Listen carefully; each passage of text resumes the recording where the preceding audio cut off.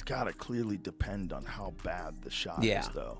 Because if you get fouled and knocked unconscious and then you come back, you're just going to get knocked out. Yeah. If you get knocked out, that's why boxing, right?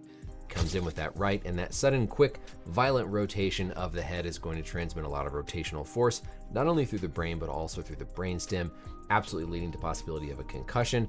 Thankfully, it didn't completely knock him out, but could absolutely result in some delayed symptoms. I was like, Jake Paul just got hospitalized with a broken jaw, and Joe Rogan's reaction is absolutely wild.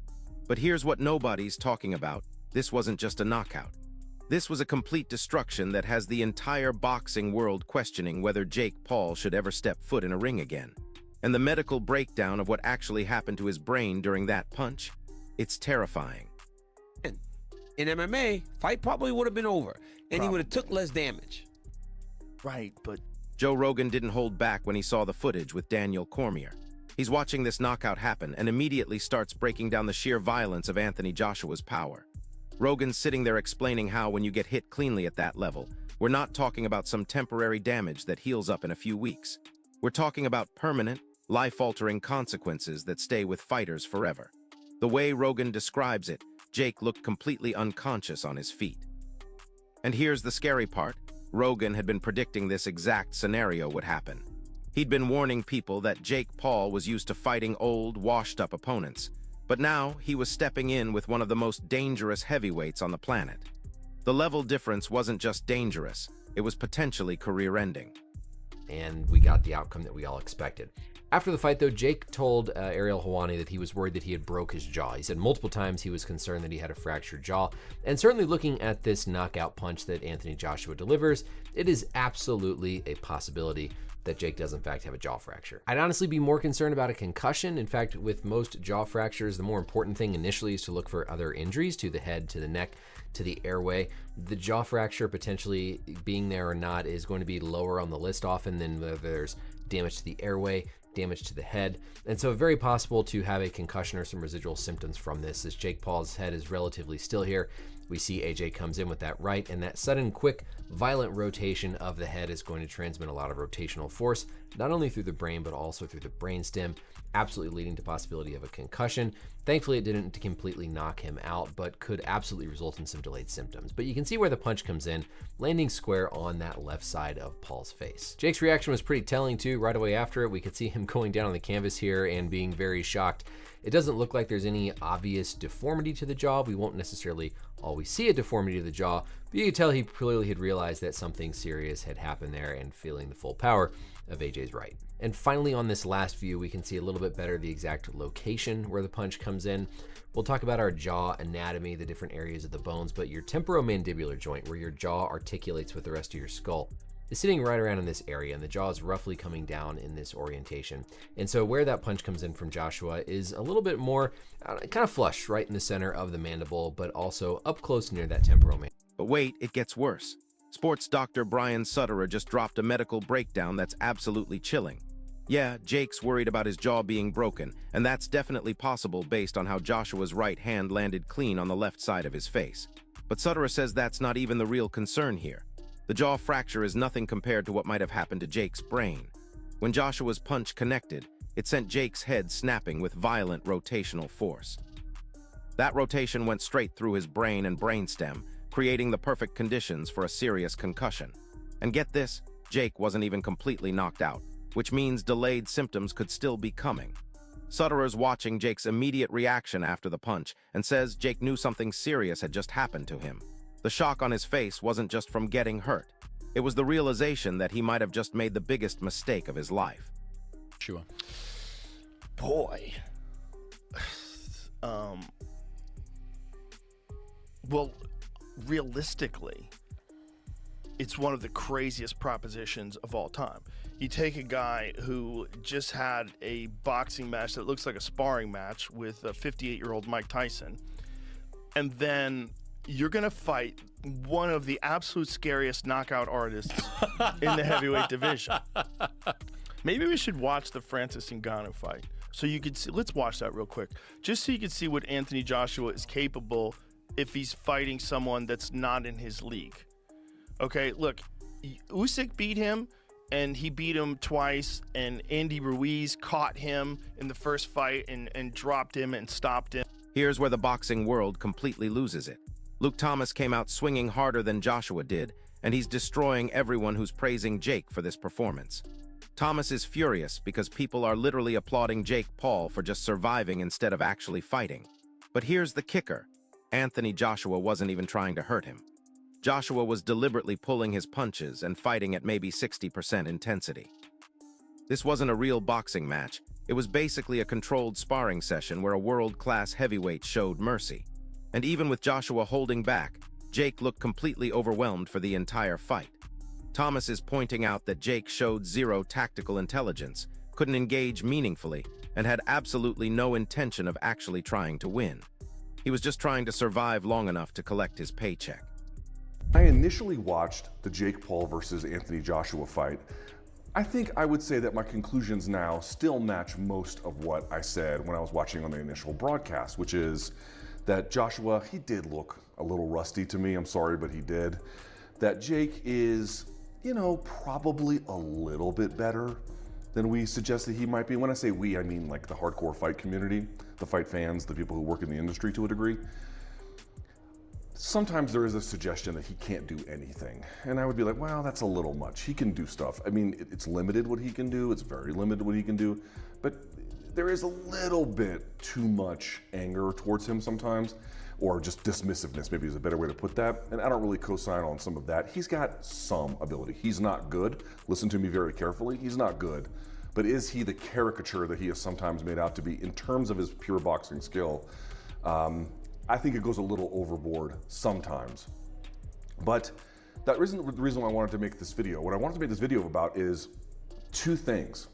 One, after the fight was over, I got on social media and people were like hugely negative about the fight. And I did not think that the fight was good. In fact, I thought the fight was, like most Jake Paul fights, pretty bad, although him surviving kind of feeds into the story of him being perhaps a little bit better than we sometimes think, although I don't really co-sign on that. Let me make the point. The first point is, I think people are overreacting a little bit. People were suggesting when I got on social media that this was like the biggest farce they'd ever seen in their life, and that this was, how could he fight like this, and this was a disaster, and Joshua should have got him out there earlier.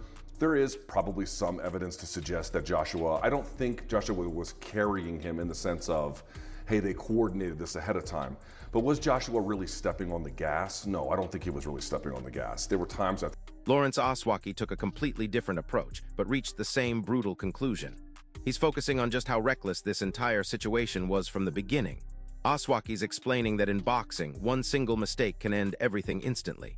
It doesn't matter how famous you are, how much preparation you had, or how much money is on the line. One clean shot can change your life forever. And Jake Paul stepping into the ring with Anthony Joshua. Oswaki's calling it completely unnecessary and foolish. He's stressing that mismatches don't become acceptable just because they generate millions of views and social media buzz. The decision to take this fight was borderline irresponsible, and Oswaki's pointing out how easily the outcome could have been catastrophically worse. Jake ended up in the hospital with a broken jaw, but it could have been brain damage. It could have been permanent disability. It could have been worse. We all know he broke his jaw. We all know we've seen the x-ray. There is a video of the x-ray that he showed us on his Instagram, so that was no AI. And it showed where his jaw had to be reconstructed and, wired, right? So he can't have any hard foods for a while. And again, I think Jake Paul is going to get respect for that, because it's one thing, because we all know about Jake. I think the problem with Jake was he was bullshitting us by giving us fights that we didn't want to see, for one, and for two, wasn't giving us fights most of the time of the people that could beat him. He gave us Tommy Fury, and then Tommy Fury actually beat him, which, whatever. But he did drop Tommy Fury with a left hook, so that was an impressive thing he did against the guy. Can't say the only guy now, because AJ fought him and knocked him out. But Other than that, though, fighting Mike Tyson, Anderson Silva, which Anderson Silva showed that he is still very dangerous and very, very ready at 50 years old. You know what I mean? Like, what he did to Tyron Woodley was classic Anderson Silva. He picked his shots. You know what I mean? He moved with grace, he moved with wisdom, and he knew exactly what to do. And again, he should have went over to boxing a long time ago, but Jake beat him. So that just made Jake's, stock rise, right? In the sense. Now here's where it gets interesting. There were some people trying to give Jake credit for his toughness and willingness to take punishment. After the fight, when reports came out that Jake was hospitalized with a serious jaw injury, some commentators started framing this as evidence of courage. They're arguing that regardless of how badly he performed, Jake showed heart by stepping in there with a fighter of Joshua's caliber. But even these people giving him limited credit aren't calling Jake a legitimate professional boxer. They're framing it as bravery, not ability. And here's the problem with that narrative: taking damage and continuing might be respected in boxing, but it's not nearly enough on its own. Courage without competitiveness doesn't make you a real fighter. It just makes you someone who's willing to get hurt for money. Jake's injury showed the physical cost of his decision, but it also reinforced exactly why fights like this shouldn't happen in the first place. Ring thinking, for my own credibility, I've got to knock you out, but I've got to try and knock you out where I'm not hurting you as much as what I could if I unleashed. Yeah. And with the punch you said that he landed, it's not his best punch, it's his most powerful punch, right? Yep. And he's shattered his jaw in 2 places, right? So Anthony Joshua gets his 70 million, whatever it is. But I think he's sitting there thinking, thank God for that. Thank God.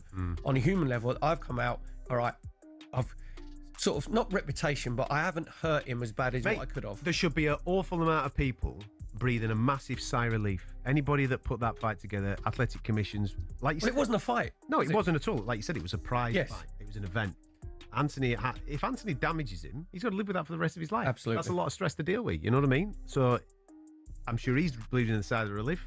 The team that have put him in there, that have negotiated that for him, but the authorities that put that on and commissioned it as a proper boxing match, I've no doubt. Does that go on his...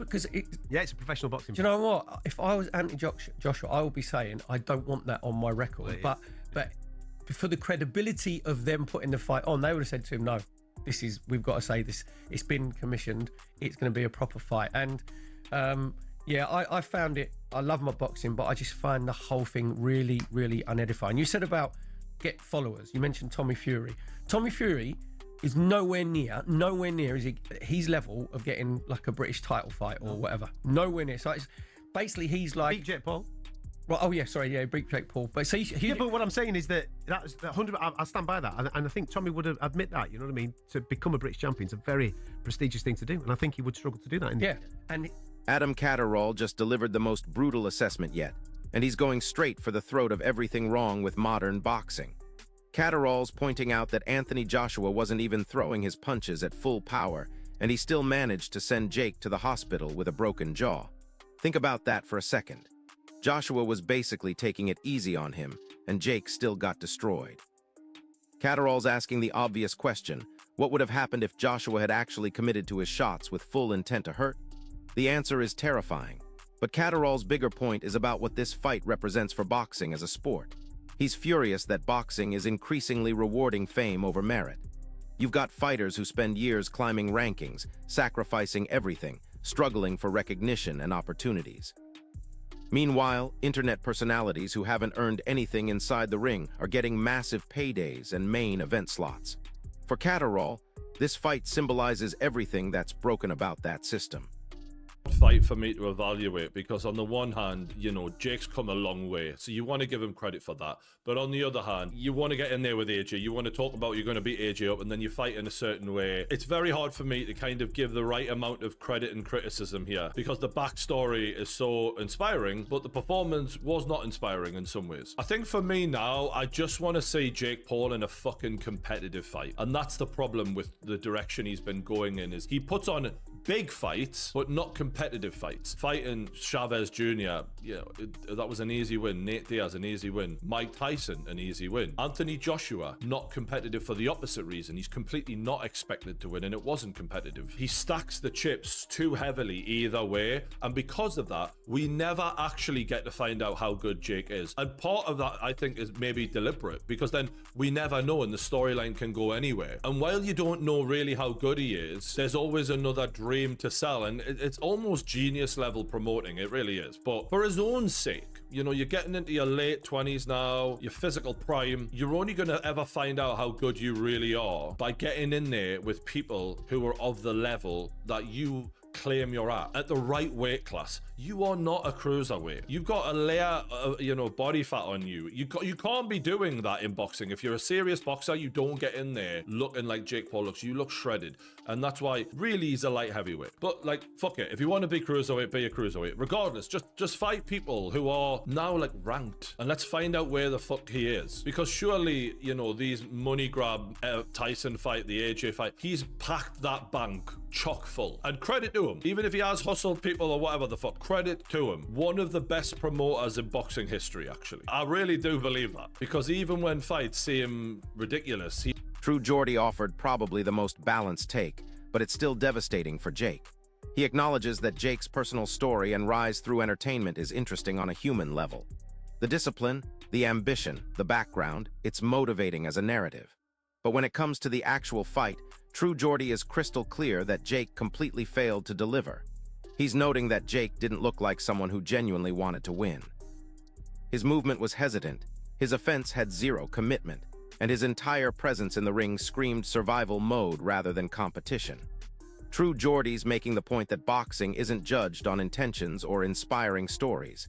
It's judged on what you actually do when the bell rings. And what Jake did was get his jaw broken while trying not to get knocked unconscious. The broken jaw became symbolic not of bravery, but of the predictable outcome when massive skill gaps are completely ignored for the sake of entertainment and money. Respect the boxing fans by going out on his shield. Guy just ran for his life. I just watched Jake Paul run for his life for like 5-6 rounds. Literally just run for. He was doing football jukes. You guys watched that fight? Ring was big.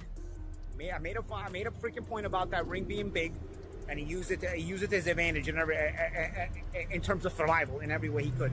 I mean, this guy literally never tried to win a second of the fight. He was trying to throw a home run punch every once in a while. And notice every time he got in the clinch, he just went down. Like he just hugged Anthony Joshua, and then like would go down, and the referee would call it a slip and give him a break, and like he would just kill time that way. Then he was completely angling off. He was completely blading his shoulder off completely to the point where he's so bladed off that he can't even punch. He was just trying to make himself as small of a target as possible. Now Anthony Joshua, people are gonna say, oh, why didn't Anthony Joshua catch up to him? Because Anthony Joshua never had fast feet to begin with, and Anthony Joshua honestly should have probably cut off the ring a little bit better. That's my one critique of Joshua. He probably could have cut off the ring a little bit better. Joshua's always never really had the best feet, but in terms of cutting off the ring, he could have at least done that. But honestly, what do you want the guy to do? I mean, this guy ran for his life in a 22 by 22 foot ring. That ring was huge. That ring was huge. I can't believe what I just watched, guys.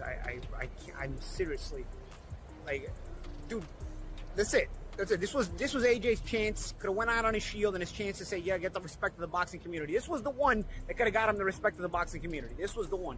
He came out with all this rap crap and doing the Hulkamania crap and all that other stuff and all that stuff. And I'm thinking to myself, is he that calm, or is he literally just setting up his own demise? I don't know. AJ came out to the ring really serious, which would you expect? And then, I mean, he never fought. Jake never fought. Like, he never fought the whole fight. And then in the end, what happened? You get stopped anyway. You took some shots anyway. His mouth was bleeding at the end of the fight. But here's the most savage criticism of all. Paulie Malignaggi, former world champion, just completely dismissed this entire fight as unserious and uncompetitive. Malignaggi's watching Jake Paul repeatedly go down to one knee, treating the whole thing like a spectacle instead of an actual contest. And as someone who dedicated his entire life to boxing, who made real sacrifices and faced legitimate opposition, Malignaggi is insulted by what he witnessed. He's pointing out that boxing careers are built on years of hardship, discipline, and genuine sacrifice.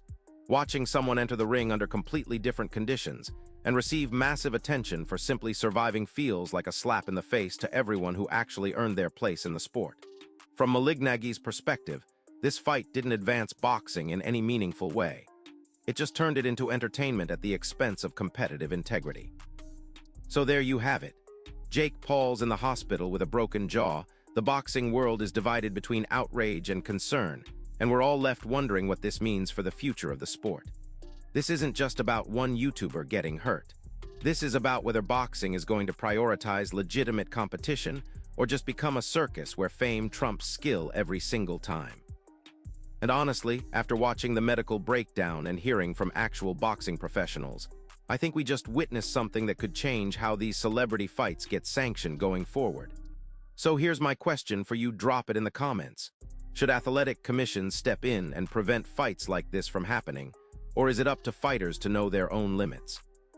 If this breakdown helped you understand what really went down in that ring, smash that like button, subscribe to the channel, and hit the notification bell because the fallout from this fight is just getting started. I'll see you in the next one. But wait, there's something even more disturbing that's starting to emerge from all this chaos. Mike Tyson just broke his silence about Jake Paul's hospitalization, and what he said is absolutely shocking. Iron Mike didn't hold back when asked about the fight, and his response has everyone talking.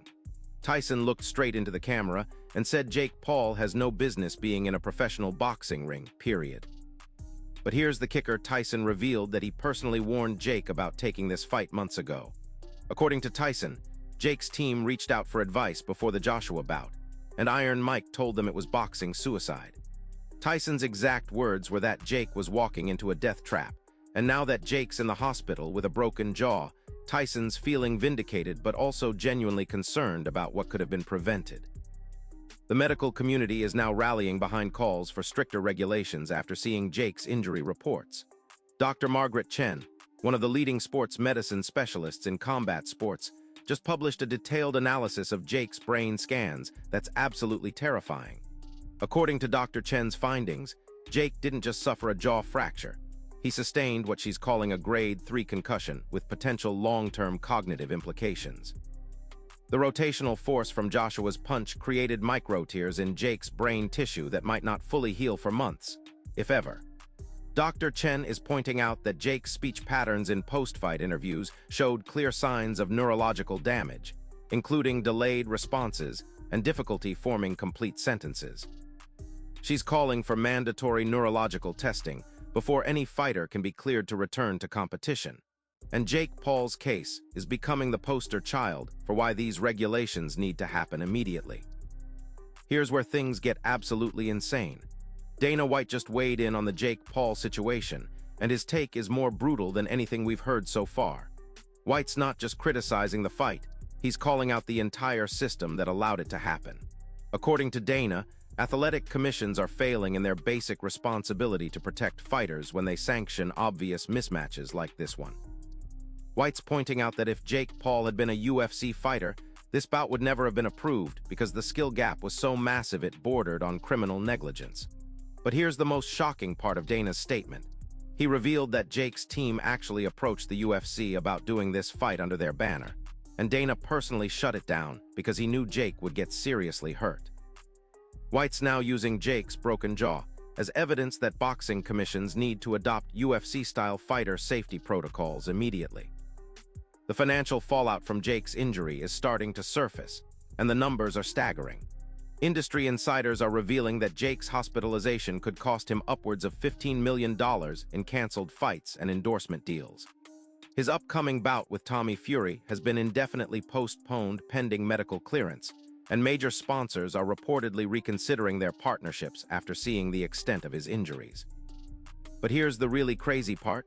Jake's medical bills alone are expected to exceed $2 million. The jaw reconstruction surgery requires specialized titanium implants, and his concussion treatment involves cutting-edge neurological therapy that costs thousands of dollars per session.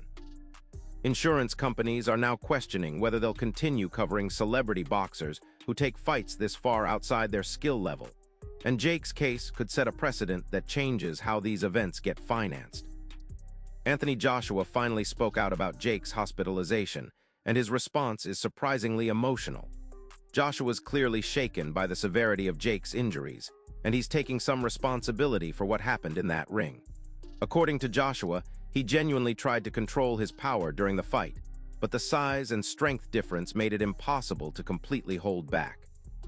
Joshua's revealing that he actually pulled several punches during the bout because he could see Jake was in serious trouble, but even his restrained shots were enough to cause significant damage. The heavyweight champion is now calling for mandatory sparring sessions between mismatched fighters before any professional bout gets sanctioned. Joshua's point is that if he and Jake had spent time in the gym together beforehand, everyone would have realized how dangerous this fight really was. Teddy Atlas just delivered what might be the most devastating critique of Jake Paul's entire boxing career, and he's not holding anything back. Atlas is furious that Jake's hospitalization is being framed as some kind of moral victory, when it actually represents everything wrong with modern boxing. According to Atlas, Jake's broken jaw isn't evidence of heart or courage. It's proof that he never belonged in a professional ring in the first place.